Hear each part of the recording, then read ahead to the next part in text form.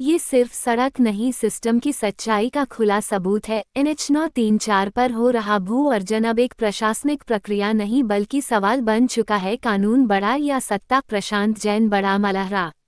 बड़ा मलहरा। निर्माणाधीन NH 934 के भू अर्जन में जिस तरह नियमों की अनदेखी, राजनीतिक मौन और प्रशासनिक लापरवाही सामने आई है, वह सिर्फ एक विकास परियोजना का विवाद नहीं, यह व्यवस्था, जवाबदेही और जनता के अधिकारों की परीक्षा है।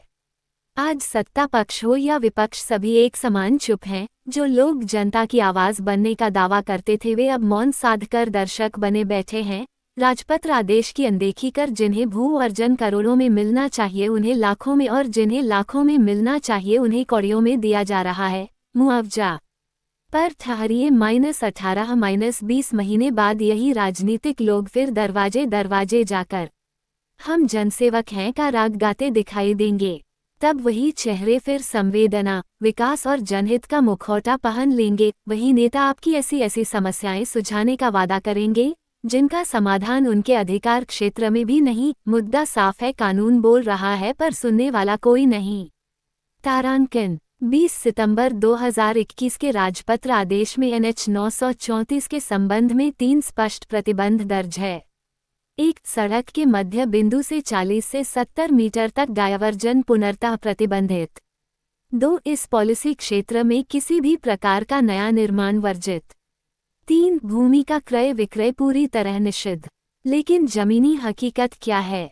सिस्टम, सत्ता और प्रभावशाली तत्वों की मिलीभगत में इन तीनों नियमों को ऐसे कुचला गया है जैसे कानून सिर्फ किताबों में रहने वाली कहानी हो। सबसे बड़ा सवाल, अगर राजपत्र आदेश लागू नहीं होना था तो जारी क्यों हुआ? क्या कानून सिर्फ आम जनता पर लागू होता है?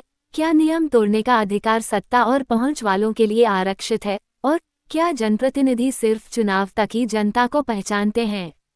यह मामला सिर्फ नियम उल्लंघन नहीं, ये लोकतंत्र की नींव में लग रही चुप्पी, सत्ता के दुरुपयोग और प्रशासनिक असंवेदनशीलता की लिखित रिपोर्ट है। ये सड़क नहीं, एक आईना है जिसमें सत्ता की चुप्पी, अधिकारियों की अनदेखी और जनता के अधिकारों की अनदेखी स्पष्ट दिखाई दे रही है। अब फैसला जनता को करना है।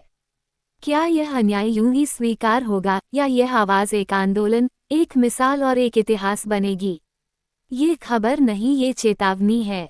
कानून, संविधान और जनाधिकार अगर कागजों में ही कैद होंगे तो विकास नहीं, अन्याय की सड़क बनकर खड़ी होगी।